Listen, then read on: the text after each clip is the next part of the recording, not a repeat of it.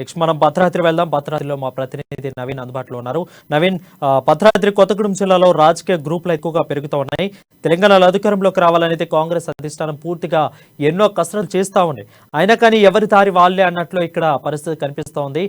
High command గుర్తించి చర్యలు తీసుకోవాలనేది పార్టీ కార్యకర్తలు గట్టిగా ఆరోపిస్తున్న పరిస్థితి కనిపిస్తుంది. మీద పూర్తి అప్డేట్స్ మా భద్రాద్రి కొత్తగూడెం ప్రతినిధి నవీన్ అందిస్తారు. నవీన్, చెప్పండి.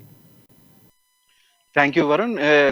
మాజీ కేంద్ర మంత్రి రేణుకా చౌదరి కొత్తగూడెంలో నెలకొన్నటువంటి వర్గపూర్ అనేది మరోసారి బట్టబయలందని కూడా చెప్పొచ్చు. ముఖ్యంగా మనం చూసుకుంటే వచ్చే ఎన్నికలలో ఏ విధంగా కూడా రాష్ట్రంలో అధికారం చేపట్టాలని భావిస్తున్నటువంటి కాంగ్రెస్ పార్టీ దానికి తగ్గట్టుగానే కార్యాచరణతో ముందుకైతే వెళ్తుందని చెప్పొచ్చు. కానీ ఇక్కడ భద్రాద్రి జిల్లాలో మాత్రం దీనికి భద్రాద్రి జిల్లాలో మాత్రం నాయకుల మధ్య సమన్వయం లేకపోవడంతో వర్గపూర్ అనేది రోజు రోజుకు పెరుగుతుందని కూడా చూడొచ్చు. ముఖ్యంగా మనం చూసుకుంటే భద్రాద్రి జిల్లాకు సంబంధించి 5 నియోజకవర్గాలు ఉండగా 5 నియోజకవర్గాలలో కూడా గత ఎన్నికలలో అయితే 4 నియోజకవర్గాల్లో కాంగ్రెస్ పార్టీ, ఒక నియోజకవర్గంలో టీడీపీ గెలుపొందిన పరిస్థితి కూడా ఉంది.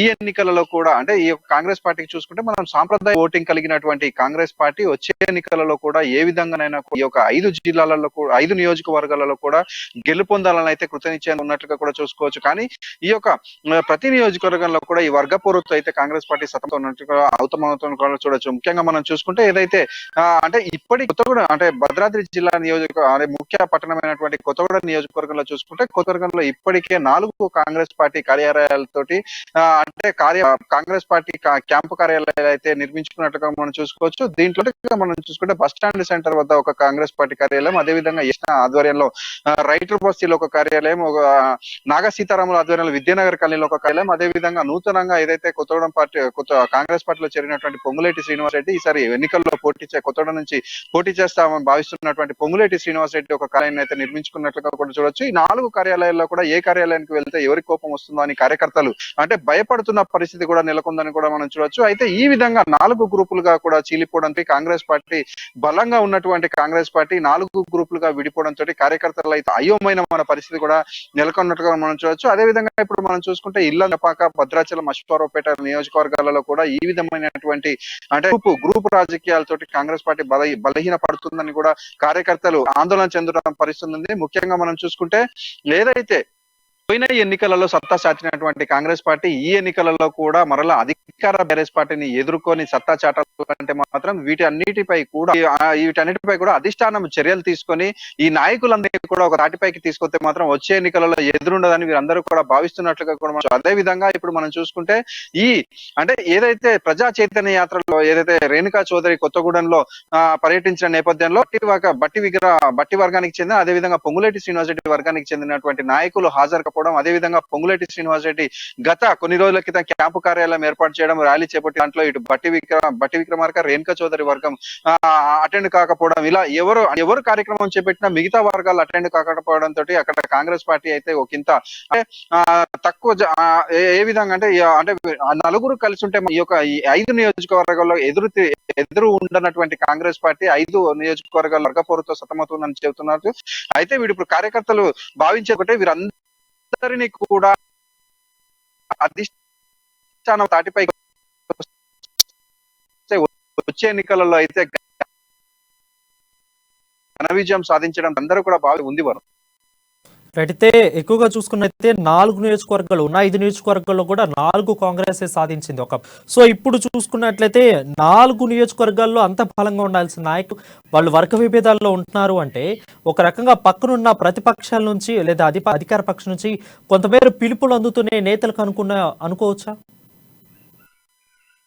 ప్రస్తుతానికి కాంగ్రెస్ పార్టీలో ఉన్నటువంటి నాయకులు ఏదైతే గత ఎన్నికలలో చూసుకుంటే గత ఎన్నికలలో గెలుపొందినటువంటి 4 నియోజకవర్గాలలో ఎన్నికలలో గెలుపొందినటువంటి ఎవరైతే ఎమ్మెల్యేలు ఉన్నారో వాళ్ళు కాంగ్రెస్ పార్టీ నుంచి గెలిచిన 4గురిలో కూడా ఒక 3 అయితే పార్టీ మరి అధికార బీఆర్ఎస్ లకు వచ్చిన నేపథ్యంలో అదే భద్రాచలం నియోజకవర్గం నుంచి గెలిచినటువంటి పోదెం వీరయ్య మాత్రం కాంగ్రెస్ పార్టీని వీడకుండా కాంగ్రెస్ పార్టీలోనే ఉన్నారు. అదేవిధంగా ఇప్పుడు పోదెం వీరయ్య భద్రాద్రి జిల్లా అధ్యక్షుడిగా కూడా ఉన్నారు. అయితే జిల్లాలో నెలకొన్నటువంటి వర్గపోరును అయితే పోదెం వీరయ్య ఒక తాటిపైకి తేయడానికి కృషి చేస్తున్నప్పటికీ కూడా కావట్లేదు చెప్పొచ్చు. అయితే ఇప్పుడు మనం చూసుకుంటే ఇప్పుడు కాంగ్రెస్ పార్టీలో ఉన్న నాయకులకి ఎవరికి కూడా ఈ అధికార బీఆర్ఎస్ పార్టీ నుంచి పిలుపు వచ్చిన సందర్భాలు లేరు. అయితే మీరు గత కొద్ది రోజుల క్రితం చూసుకుంటే పొంగులేటి శ్రీనివాస్ చేరినటువంటి తిల్లం వెంకట్రావు అనే వ్యక్తి అంటే అధికార బీఆర్ఎస్ పార్టీ నుంచే వచ్చారు. అదే విధంగా మరలా కూడా అధికార బీఆర్ఎస్ పార్టీలో చేరారు. ఆయన ఒక్కరు మాత్రమే ఇప్పుడు ప్రస్తుతానికి అధికార బీఆర్ఎస్ పార్టీ నుంచి కాంగ్రెస్ పార్టీలో చేరిన వ్యక్తిగా కూడా ఉన్నారు. అయితే కాంగ్రెస్ పార్టీలో ఇప్పటి వరకు జిల్లాకు చెందినటువంటి వేరే ఏ నాయకులకు కూడా అధికార బీఆర్ఎస్ పార్టీ నుంచి పిలుపు దాఖలాలు అయితే లేవు. కానీ వీరు అంటే ఒకరిపై ఒకరు ఆధిపత్యం చూపెట్టుకునే ఒక తప్ప అంటే ఏ విధంగా అంటే ప్రతి వర్గం వారు కూడా ఈసారి పోటీలో తమ్మే ఉండాలని వారే పోటీ చేయాలని భావిస్తున్న నేపథ్యంలో ఒక్కరి వర్గానికి ఇంకొక వర్గానికి సపోర్ట్ చేసుకోకపోవడం వలన ఈ పరిస్థితి వచ్చిందని తెలుస్తుంది.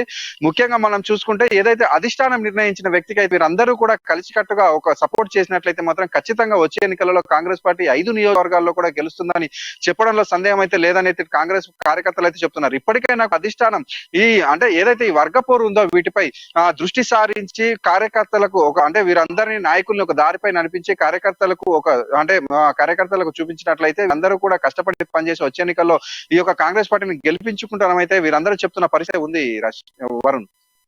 అయితే నవీన్ ఎక్కువగా పొంగులేటి శ్రీనివాసరెడ్డి పార్టీలోకి వచ్చిన తర్వాత నియోజకవర్గంలో కొంతమేర అల్జల్లు వస్తున్నాయి, కొంతమేర పార్టీ విభేదాలు కూడా వచ్చినాయి అని కొంతమంది అంటది. కొంతమంది మాత్రం నియోజకవర్గంలో కొంత బలోపేతం ఉందంట. సో రెండు వాదనలో ఏది కరెక్ట్ అసలు? అయితే ఏదైతే కాంగ్రెస్ పార్టీకి సాంప్రదాయ ఓట్ బ్యాంకింగ్ కలిగినటువంటి పార్టీగా అయితే ఇటు అంటే భద్రాద్రి జిల్లాలో అయితే ఉన్న పరిస్థితుల్లో కూడా ఉంది. అదే విధంగా ఇప్పుడు పొంగులేటి శ్రీనివాసరెడ్డి కాంగ్రెస్ పార్టీలో చేరిన తర్వాత ఆ పార్టీ ఇంకొంత బలపడిందని అయితే చెప్పుకోవచ్చు. ఎందుకంటే ఇటు ధనబలంగా కావచ్చు లేకపోతే జనబలం ఉన్నట్టు నేతగా అయితే పొంగులేటి శ్రీనివాసరెడ్డి కాంగ్రెస్ పార్టీలో చేరారు. కానీ ఏదైతే గత 2-3 సంవత్సరాల నుంచి కాంగ్రెస్ పార్టీలో టికెట్ వస్తుందని ఆశించినటువంటి నాయకులు మాత్రమే పొంగులేటి శ్రీనివాసరెడ్డి వలన వర్గపూరు ఏర్పడుతుందని ఆయన ఒంటెదిప్పొకటితోటి ఈయన కార్యక్రమం చేస్తున్నారని వాళ్ళు అభియోగిస్తున్న పరిస్థితి కూడా. ముఖ్యంగా మనం చూసుకుంటే ఏదైతే ఇప్పుడు మనం అశ్వరావుపేట నియోజకవర్గంలో చూసుకుంటే వెంకటేశ్వర్లు అనే వ్యక్తి గత సంవత్సరాల కాలంగా కూడా ఇక కాంగ్రెస్ పార్టీలో పనిచేస్తున్నారు. కానీ ఇప్పుడు ఏదైతే పొంగులేటి శ్రీనివాసరెడ్డి ఆయన అనుచరుడిగా ఉన్నటువంటి జారే ఆదినారాయణకి సీట్ ఇవ్వడం వలన ఆయనకి సీట్ రావట్లేదన్న ఒక ఉక్రోషం తోటి పొంగులేటి శ్రీనివాస్ మీద అంటే ఈ విధమైనటువంటి వ్యాఖ్యలు చేసినట్లుగా కూడా మనం గమనించవచ్చు. ముఖ్యంగా మనం చూసుకుంటే ఈ పొంగులేటి శ్రీనివాసరెడ్డి కాంగ్రెస్ పార్టీలో చేరిన నేపథ్యంలో కాంగ్రెస్ పార్టీ మరింత బలపడిందని ఇటైతే కాంగ్రెస్ కార్యకర్తలు కావచ్చు, ఇటు పొంగులేటి అభిమానులు అయితే చెప్పుకుంటున్న పరిస్థితి కూడా ఉంది వరం.